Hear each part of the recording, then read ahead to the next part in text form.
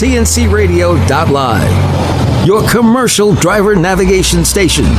We're all about the news, information, entertainment, talk radio, music, comedy, and topics truckers want to hear. I'm Shelley Johnson with Tom Kelly. We're talking with retired NASA engineer Homer Hickam, who's the author of Rocket Boys, which inspired the movie October Sky. We're talking with Alex Debogorski. He's one of the original stars of Ice Road Truckers. Chip Davis of Mannheim Steamroller, music icon and Grammy Award-winning country artist Lee Greenwood. We're speaking with racing legend Mario Andretti. Michael Martin Murphey is a legend on the music scene with wonderful ballads and hits like Wildfire and Cowboy Logic. Curtis Grimes. Michael McDowell, the 2021 Daytona 500 winner. Our guest this afternoon is Tom Bodett. You know the name, you know the voice. The Carolina Monkey Gouger, Jimmy Artis. Today we have the honor of speaking again with Long Haul Paul. Today we have Claire Dunn and Logan Mize with us. Stay tuned and stay safe with tncradio.live.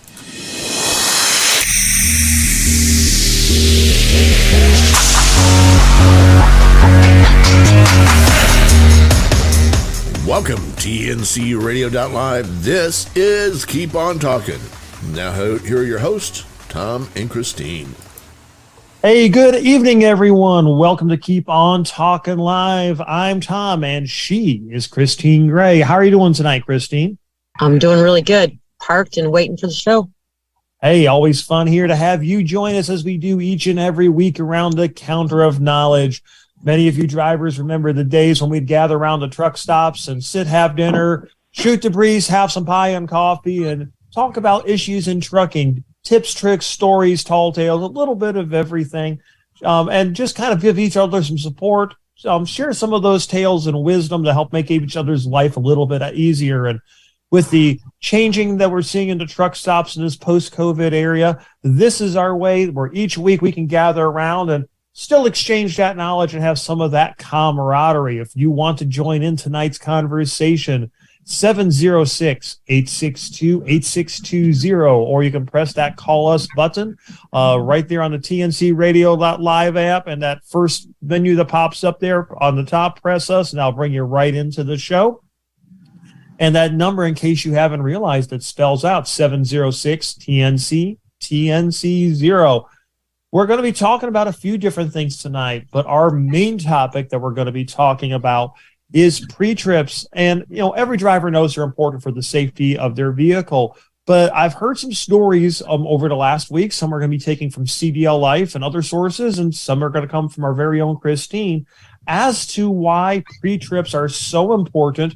One, to cover your ass, but two, to make sure somebody doesn't get hurt. If you haven't read, looked at CDL Life here in the last few days, they shared a story in a video where a truck driver was doing his pre-trip. It was still dark outside, and when he was looking under his trailer, he noticed something that, well, is a little bit of a concern, because somebody had put a campsite underneath his trailer. So if he was to have taken out in the middle of the night, there is a chance, without looking, that person could have been hurt or injured. So, Christine, I'm going to start off with you. I know we've all heard stories about that, including, you know, individuals who've been killed, who've been under trailers, sleeping, etc. over the years. Have you ever had an experience like that, or maybe knowing someone who has? Yes, actually I do. My trainer, when I was, went to school 27 years ago, he was in the process of training somebody they had pulled over, and a homeless guy had got up underneath his trailer while they were sitting on the shoulder of the road. They didn't see him come out the other side, but the trainer wasn't looking. He was talking with the trainee, and they pulled forward and killed the guy. So that was, it's just common sense. If you're going to stop on the shoulder, or you're going to stop on a ramp, you're going to do whatever, you got to get out and walk it. Make sure nothing's under there. Make sure some individual doesn't decide that, it's really cool under here. I'm going to, have a seat. That's a big one. And there's a lot of truth to that, and I definitely agree with that. And one of the things that we'll get into a little bit more now is some of the additional challenges that these aerodynamic side skirts, you as a tanker driver, don't have to deal with that. I mean, you've got some other things you have to deal with that us dry box and reefer trailer drivers have to do. We've got Bruce and Jerry on the line with us tonight. Bruce, I'm going to go with you first. Have you ever had an experience like that out there on the road where you kind of looked under your trailer? It's like, oh yeah, he or she or it should not be there. Well, I haven't, but I'm going to tell you something. When I first started driving, I was going to school. One of the instructors out of Virginia used to run Chicago all the time. And when he was teaching us to do our pre-trip, he always made sure, look under your trailer. You'll never know when the homeless guy is sleeping under, especially in Chicago. That was kind of drilled into me from school. And that's where that incident happened, Bruce, with the trainer and running over the homeless guy. That was in Chicago. Yeah. He used to run up there in Chicago all the time. And, he said he used to park on the side of the road and get unloaded and reloaded or whatever. And back in the day when I'm going back 26 years ago, where it wasn't that bad to park on the side of the road anymore. It was all right. And he always drove it. Make sure you look under your trailer. You'll never know when the homeless guy is there. And that's true. And something else that goes along with this, I never had that experience. But back when I used to haul reefer, our company would go down to Laredo a lot, and we had drop yards down there. And they preached to us, always check underneath your fairings, underneath your cab, places where you don't think people could fit, because people would try to get in there to get across the border. And I had a situation where a trainee of mine, he had graduated, was out with his wife, and they were coming up and had stopped up there, the Loves just north of the Laredo area, and past the checkpoints. And he got out to go inside and do something. And his wife says, there's some kind of a weird noise and shaking on the truck. And he came out, and he noticed this couple walking in towards the building, didn't think much about it, got out to the truck, started looking, and there was footprints all up and down the back of his cab where they had just climbed down from the top or the roof of his truck, where they had basically hidden through the checkpoint under the trailer. And this is back when they were getting really hard, where if they thought you were smuggling people, you were pretty much going to jail and losing your CDL. There was no ifs, ands, buts. Go directly to jail. Do not collect $200. Yep. That's it. So that was one of the things that got preached into us, is check all that other stuff. Hey, Jerry, I know you've been out here for a while and had a whole bunch of different experiences. Have you ever had a situation where you found somebody either on your truck who shouldn't have been, or heard a story about that, or under it? What have you come across? Not really, not particular type of circumstance, but 1984, 85 maybe, at the old produce markets out in Los Angeles. A really, really tough, bad area, L.A. I get unloaded a little late. It was getting dark. Got my 84 cab over Freightliner, and it got real dark. Boy, I'll tell you what, that's like being in the worst places all of a sudden at dark. Out come the night critters. Yeah. And I'm sitting there with a window down, and I hear the chain rattling on my spare tire rack. It occurred to me, somebody's after my spare tire. But I ain't getting out. I started the truck up, hit the brakes a few times to give him a warning, and pulled the hell out. I don't know what happened to him, but I still had my spare tire, but the chain had been messed with because I knew how I knotted it. I don't know what happened to him, and I don't give a damn what happened to him. He could be crow meat as far as in buzzard meat. But that's the only thing that I ever had that came close to anything like that. But I'll never forget that, because I'm sitting there saying, no way. It didn't look that bad in the daytime. Boy, after dark, That was something else. I sure can imagine that, because I know I've done my fair share of New York City, but it was after it cleaned up. But it was, compared to what it had been back, before 2005. But still, there was a couple neighborhoods of a night. You got in your truck and you stayed there. You didn't get out, until morning, because, well, that was the thing to do. Well, we've just been joined by the legend herself, Idella Hansen. How are you doing tonight, Miss Idella? Oh, I'm doing just fine. How y'all doing? We're doing good. It's glad to have you on here tonight. We got just a little bit here before we get to the break, but there's still room for you to call in at 706-862-8620. So, Idella, have you ever had an experience where you have found somebody like maybe camped out underneath your trailer, hitching a ride in some way where they weren't supposed to? What have you had happen to you over the years? Yeah, I used to be over there, down there by Houston, in the old scales before they took them out, where the old truck stops were. I never had any hitchhikers, but I had them. Wasn't my truck, my husband's truck. He threw his tarps on the ground and parked on them so that they couldn't steal his tarps. So they just jacked up the trailer and took the tarps and the tires and left him sitting on blocks. Wow. It was a bad area. It was a real bad area. We'd park there at that scale and they would steal us blind, and I'd give the scale master an extra $10 and he'd let me park right next to the scales. But, that was bravery time. That was flatbedding time. But no, I never had anybody. I've had them try to get in the truck at red lights, try to get in the passenger side and that sort of thing. But I've never found anybody lurking about or trying to hitch a ride.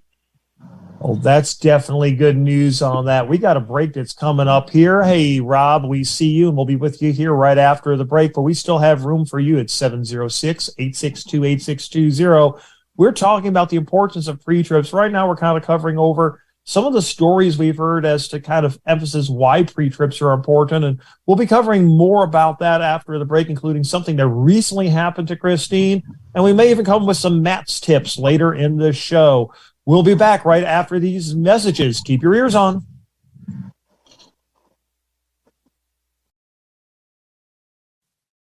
Hot Shots Secret presents Steve Summers' Overnight Drive nightly at midnight Eastern, 11 Central on tncradio.live or download the app .tncradio.live. This blog on TNC Radio is brought to you by the Truckers Network at app.thetruckersnetwork.net. The 5 best truck stops in America. Truck drivers spend days, sometimes weeks, out on the road. Sometimes taking a break at a nice truck stop's a great way to relax and take your mind off driving. There are many truck stops across the United States, but we listed the 5 best truck stops that every trucker needs to stop and experience. Little America, Wyoming. The Little America Truck Stop is located in Little America, Wyoming. It's a mini-chain truck stop with several locations throughout the country for truckers to enjoy. Little America offers a wide variety of services to truck drivers. Some of the services include service truck roadside repair, tire repair, new tires, wheel seals, oil changes, water pumps, brakes, courtesy property shuttle, AC repairs, belts, DOT inspections, and trailer tarp installation. Iowa 80, Walcott, Iowa. Iowa 80 is a place where truckers want to stop. It's the world's largest truck stop, and it's filled with tons of activities and tourist attractions. Truck drivers could stop and enjoy a nice meal, watch a movie, or stop by the trucking museum. Iowa 80 also has a full range of truck services and amenities. Some of the services and amenities include cat scale, chiropractor, convenience store, interstate dental, dog-a-mat, fuel center, laundry facility, library, travel service center, truck-a-mat, and a workout room. South of the border, Hammer, South Carolina. Pedro's Truck Stop, also known as Porky's, located in Hammer, South Carolina, is a world-famous roadside attraction for tourists and truck drivers. Pedro's filled with many different activities, unique foods and shopping. It also offers truck drivers supplies, showers, a trucker's lounge, and 24/7 fresh hot coffee. Trails Travel Center, Albert Lee, Minnesota. Trails Travel Center is everything a truck driver needs and amazing food. Some of the Trails Travel Center's food options are a tavern, Cold Stone Creamery, Pizza Hut, Taco Bell, and McDonald's. Truckers can also stop and shop heavy-duty truck parts or chrome parts. Trails Travel Center also has a truck service that offers drivers wash services, tire services, wheel alignments, and suspension repair. Jubit's, Portland, Oregon. Jubit's is a family-owned truck stop and boasts of being the world's classiest truck stop. They were also recently named the second best rest stop in America. Drivers can enjoy a 24-hour full-service Cascade Grill restaurant, a 100-room hotel, movie theater, barber shop, and more. Jubit's also has a truck service center and is committed to providing truck drivers the best tires, truck maintenance, and truck repair. Some of their services include engine diagnostics, oil change, DOT inspection, glass replacement, metal fabrication, welding, tires, tire service, and airbags. Plus, brake service, truck trailer alignment, shock absorbers, air conditioning maintenance, electrical diagnostics, battery service, suspension repair, electronic logging devices, lubricant service, APU installation and service. This info blog was brought to you by the Truckers Network at app.thetruckersnetwork.net.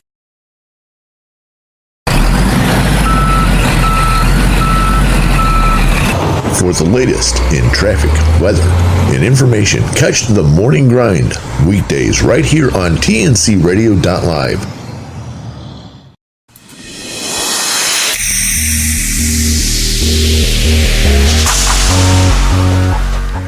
Welcome back in tncradio.live. This is Keep On Talkin'.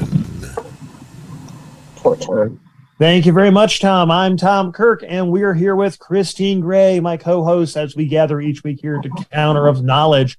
And we were told Rob would come back to him here after the break for some of his experiences with doing pre-trips and if he's ever seen somebody camped out under a trailer or anything of that nature. But I also understand, Rob, we have breaking weather news from Worcester, Massachusetts.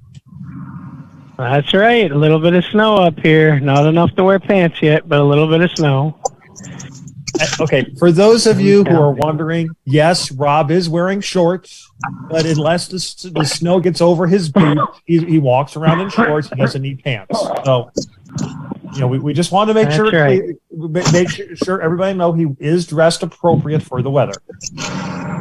That's right. I got my winter beanie. I'm good to go.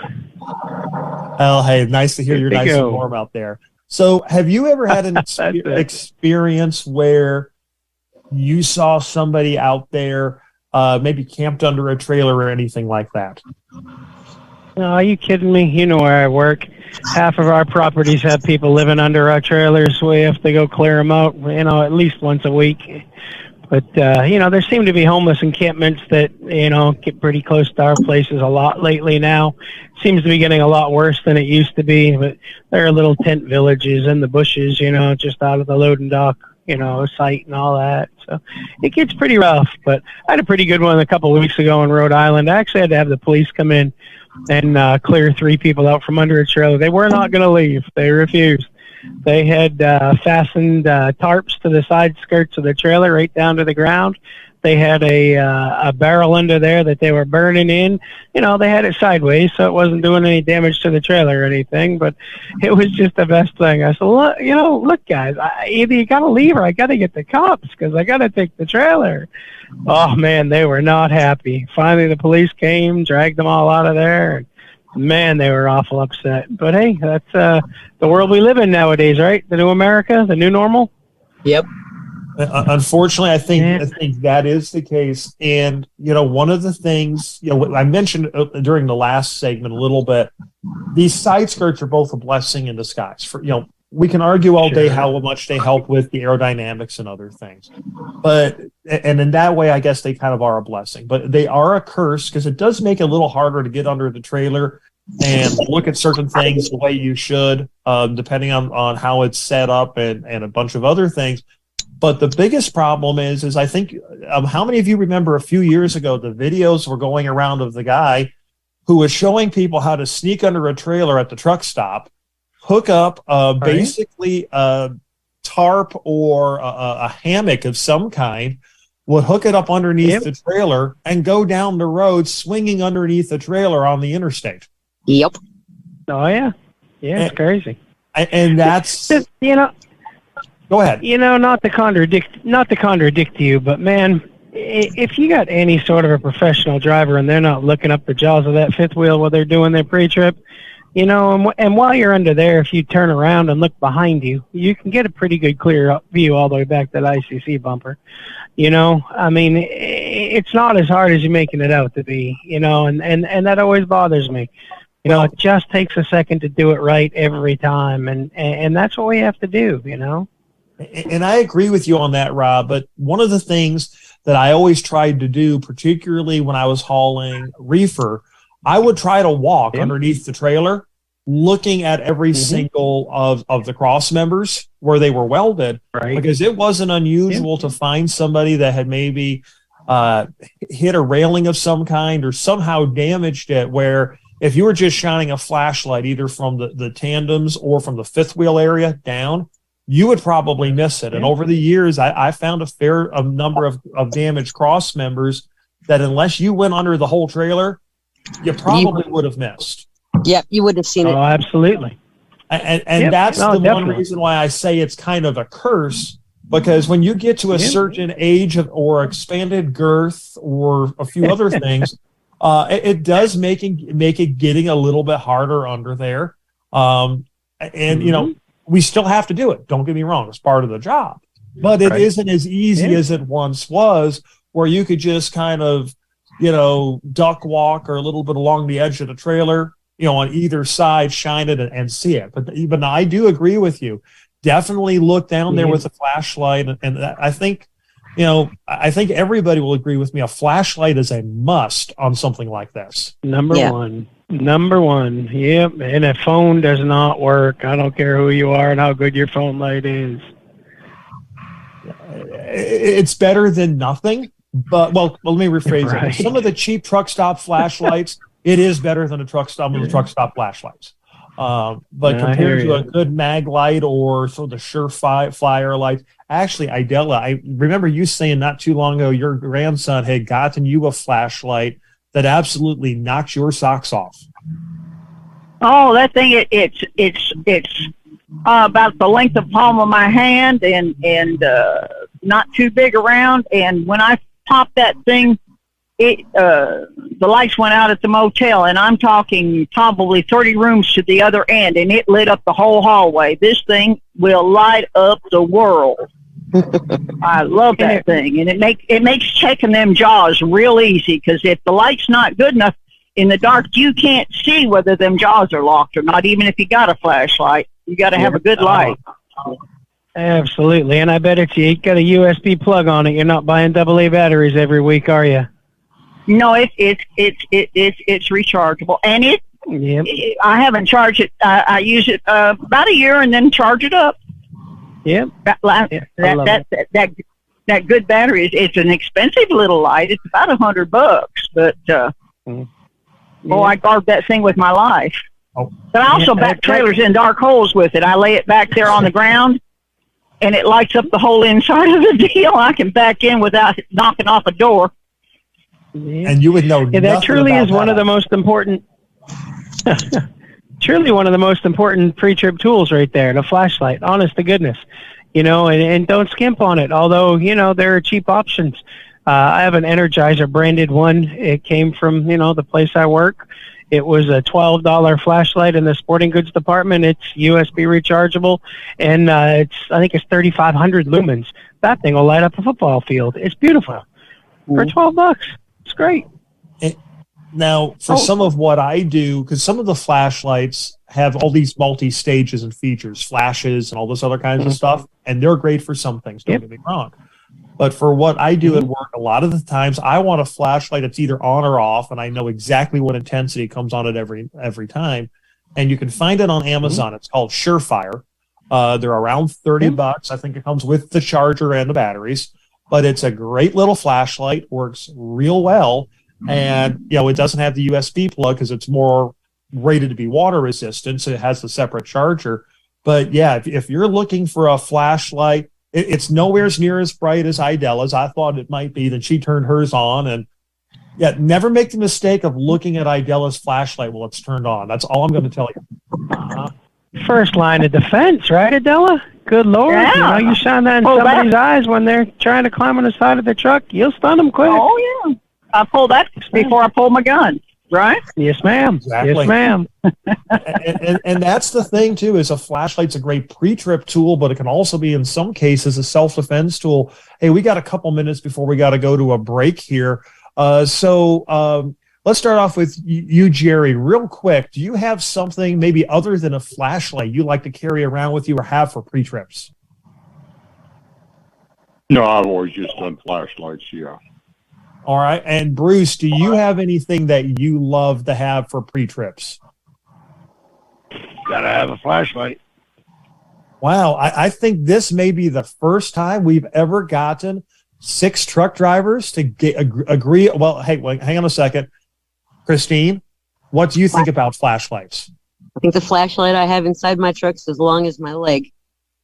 Okay, so you like yours a little bit bigger than the rest of us, but we'll go with that.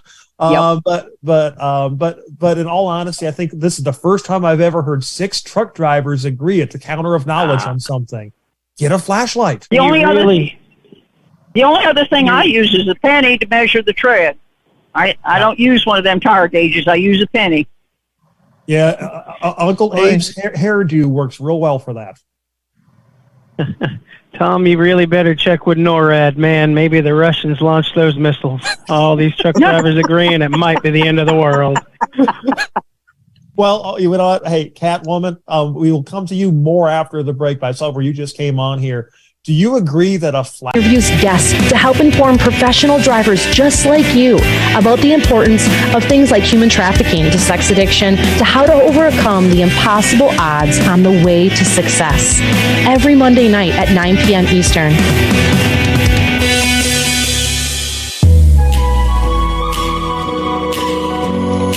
Hi, I'm Dr. Christopher Cortman, and now for the Mental Health Minute.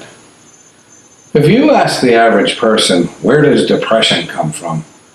They might say something like, oh, it's a chemical imbalance, or comes from a lot of stress or from bad things happening. But did you know that depressed people think differently than non-depressed people? The amazing psychologist, Dr. Marty Seligman, did some research that shone a light on how depressed people think. And he came up with 3 different ways that depressed people tend to think that's different from non-depressed people. The first one is depressed people take a lot of things and personalize. They tend to feel personally responsible for bad things. They blame themselves. It's somehow always a reflection on their worth. And secondly, they see things globally. If they had a test with an F on it, they would say, see, this is proof that I'm a failure.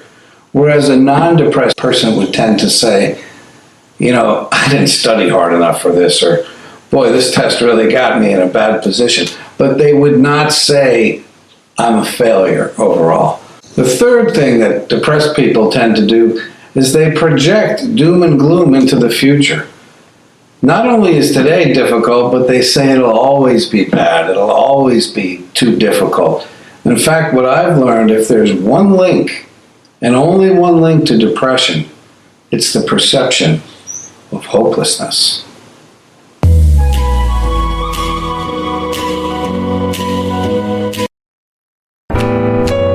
Hi, I'm Hope Savara. Join us every Monday on TNC Radio Live at 7 p.m. Eastern. It's Building Strong Minds.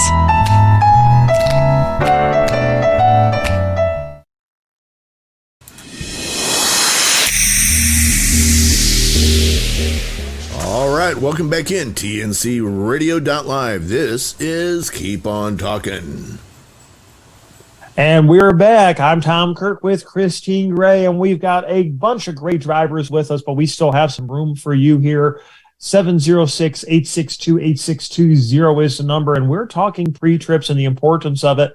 And some of how this got started was an article in CDL Life about a driver who saw and recorded a video about basically somebody he saw camping out underneath his tent. And, some of our drivers here have had experiences with that, and we've given some tips, on pre-trips, particularly of the trailer and the importance of a flashlight. But hey, Catwoman, how are you doing tonight? Good. How's everyone? We're doing well. Glad you're with us. So over the years, I know you and Road Dogg have been around all over the country and done a bunch of different things. Have you ever found somebody maybe underneath one of your trailers, hitching a ride, something of that nature, or maybe knowing somebody that it's happened to? No, but on our trips, we always went down to Laredo, or always to the border town down there. And so, we always looked for that. You have to look for them up over in your wind foil up toward the top. They'll climb up in there, and which I didn't expect that one. I found that one out a few years after we were going there. But yeah, we do look. But we have seen people in line, and they did pull people out actually from under their trucks that were hanging on there. So yeah, we have seen that. It's sad, but yeah, we've seen it. But we always checked for that quite a bit every trip.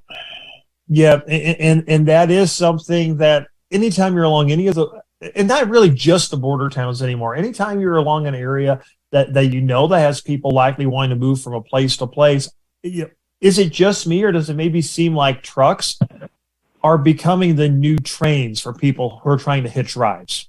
We heard the stories, I've even known some people who back during the Great Depression would hitch rides on trains. Do you think maybe trucks are becoming the new trains? Oh, yes. We even witnessed at the border check coming across. There was a tractor stop there, and there were 10 guys standing outside, and of course Road Dogg had to be inquisitive and ask, "What's that about?" And here they were all packed inside of a sleeper. So yeah, they'll try to come across any way they can. Yeah, definitely. And just as a reminder to truck drivers out there, if somebody offers you money to do it, it's not worth it, because number one, if you get cost, it's basically automatically cost you your CDL and you ain't getting it back, number one. But number two, if you're smuggling them across and somebody, for some reason gets, dies from extreme heat, such as some of those people that have been abandoned down there around the Houston, San Antonio area, you're now looking at criminal charges. So no matter how or additional criminal charges, much more serious ones. So no matter how you slice it, it ain't worth it. Don't haul people across illegally.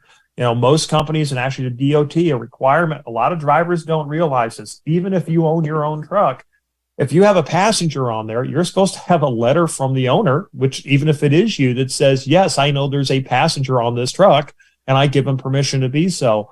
And I did not know that till I was talking to some DOT officers and some people at a company that I worked with at one time. That's one of the ways that law enforcement double checks that there isn't human smuggling or trafficking going on. So, that kind of goes along with your pre-trip, making sure all that paperwork is in order. Christine, I want to make sure I give you some time to tell this, because, you've been talking to me a little bit about some of the trials and tribulations you've had this week and how a pre-trip is saving your bacon. So I have this run that goes into Jersey out of Kentucky. It's all pre-set up. It has cable seals all the way around it. We go in, we grab the trailer, we actually have a preloader who comes out and does the walk around with me. That particular trailer had 3 lights out on it, so I took it to my shop to change out 2 lights before I left. And then I took it to another shop because we don't carry the little tiny ones anymore, marker lights. So I had to go over there. So we're talking 3 mechanics, the preloader, and me all doing a walk around with this truck. So I get it all the way up into deep water. I get it up into Jersey. And I got a phone call yesterday telling me that out of the 9 tubes, they were only able to unload the one that was leaking. And they tried blaming me for it. It doesn't work that way when you're talking about a hazardous material truck. And I've got, 4 other people besides myself walking around this truck. And the back of these trucks are cable sealed, and not like a trailer, like a 53-foot or, like a box truck, not like a box truck, but the back of it has a separate seal. So there's no way I would have seen a leak, number one. And number two, I had my butt covered in 20 different directions just for that reason. That's why. We always have people triple check the trailers before I leave with it. They're heavy and they're dangerous. So, yeah. Go ahead, Christine. Sorry. It has saved my bacon this week because they tried blaming me for it, and no, it doesn't work that way. You do the same pattern every day. It's not. I forget the word. It's not when you are complacent. It's when you're specific and you're doing the same pattern every day. So, I worked with one safety manager once, and to give you how specific it is, he could tell you what his routine was because every day he woke up at a certain time. He put his one sock on first and his other sock, and he dressed in the exact same order, the exact same way. In terms of putting his change, wallet, whatever in his pockets, he did it in the exact same order because he had trained himself over the years when he was doing his pre-trips and a whole bunch of other stuff that he did. If you do it in the exact same way in the same order every time, you're far less likely to miss a step or forget a step. And that's one of the things that he worked to ingrain in me and a whole bunch of other people. And I'll be honest, I'm maybe not as diligent on some of that as he was. So I think that is something that is very important to do, is to get in some of those patterns and hammers. Idella, you're not with us as much as some of the other people here. What are some of the habits that you've tried to get into over the years that has, because I mean, you're going on 52 years of driving now? Yeah, 54 years. Pulling flatbed. I had a routine, and I didn't like, and people would get upset with me when I wouldn't let them help me. They wanted to help, but I had a certain way of doing things in a certain order, and just as sure as somebody stuck their nose in and started helping, something would get missed. So, I laid my straps out and drove the straps, and I was always saving steps, but definitely, I definitely have a set routine, and when somebody says, well, this isn't here, oh, yeah, it is too. Exactly. And that's something that I double check. Pulling flatbed was, I had a certain way of doing it, and I still, some of the things here now, working at IBI has changed that up a little bit. I've had to learn a new way to do things and things to check, but I'm still pretty diligent. I have to say that I leave some of the stuff up to Mr. FBI back there in the book.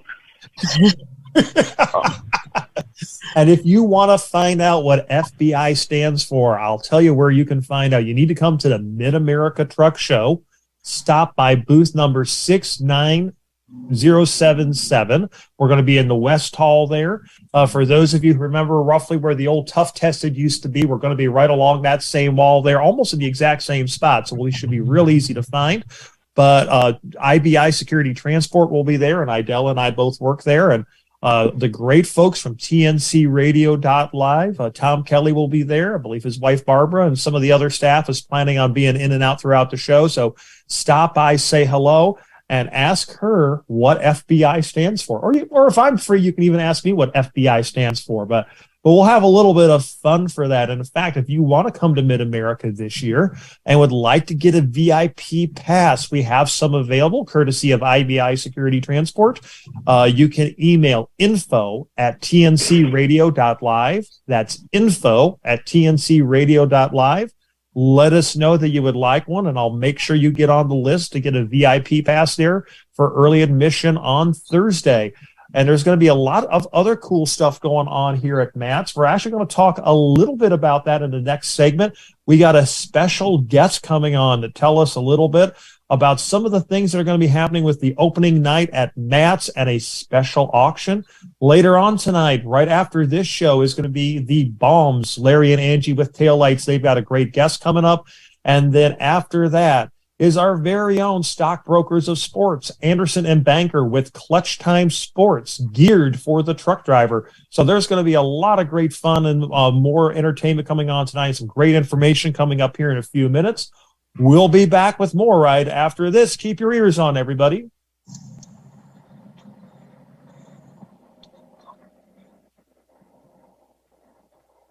is it not letting me do this? And for some reason, we're having a bit of a technical problem. So while I figure out why it's not letting me go to next here, we're just going to keep on going here for a second. That's not good.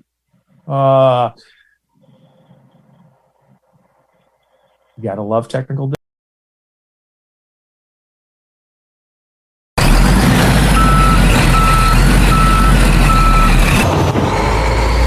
TNCRadio.live, your commercial driver navigation station. This blog is brought to you by the Truckers Network at app.thetruckersnetwork.net. Truckers Against Trafficking can help. Ready for a music break? Did you know that you can use the TNCRadio.live app to hear the best in traditional country? Traditional country, you know, the good stuff from the 50s and 60s and on. Traditional country is more than a time period. It's a style and approach to music that we cherish. We have an incredible collection of songs that define country music and also sprinkle in some Western music, you know, cowboy music, bluegrass, Americana, and country gospel. Our TRUSA president and country Western music icon, Rex Allen Jr., also hosts an hour of music and memories. At TRUSA, we have a heart for the road and the heritage of country music. Wherever you roam, we hope you'll take us with you. Enjoy the ride on Truckers Radio USA. To listen to TRUSA Radio on the TNCRadio.live app, just click on the music button and then TRUSA.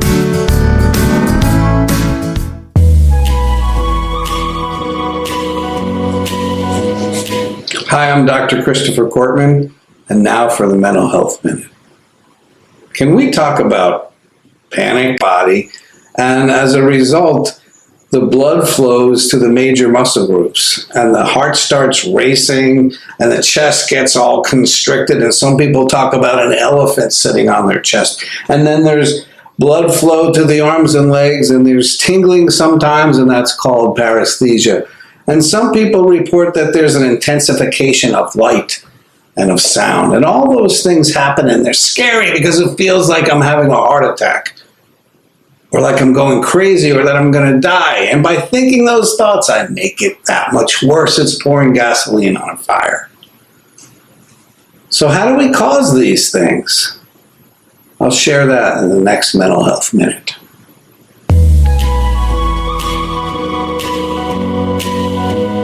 This is TNCRadio.live.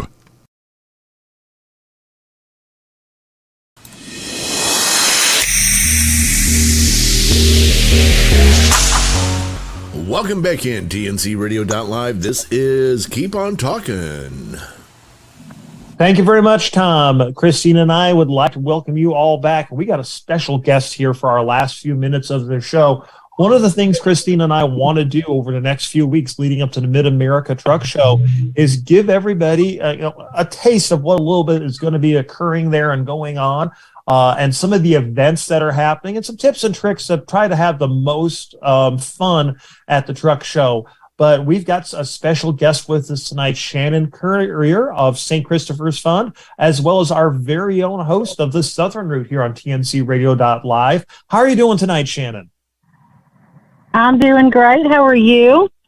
We're doing great. So glad to have you with us here for a few minutes. You know, this is, I think we were talking about it off air, the 51st year of Mid-America. If they hadn't had to cancel it twice, this would be 53? If I think I did the math right? The 53rd show. So that would be correct. Yes. Yeah. Matt's has definitely got a huge history there. The 50th anniversary of Hawaii is coming up this year. So Mid-America is going to be special for a whole bunch of people. It's going to be IBI Transports as well as TNC Radio's first time there. We'll be in booth 69077. But this is the second year that they have done, an opening. What are they calling it? An opening ceremony, opening reception, opening soiree? An opening something. Yes, this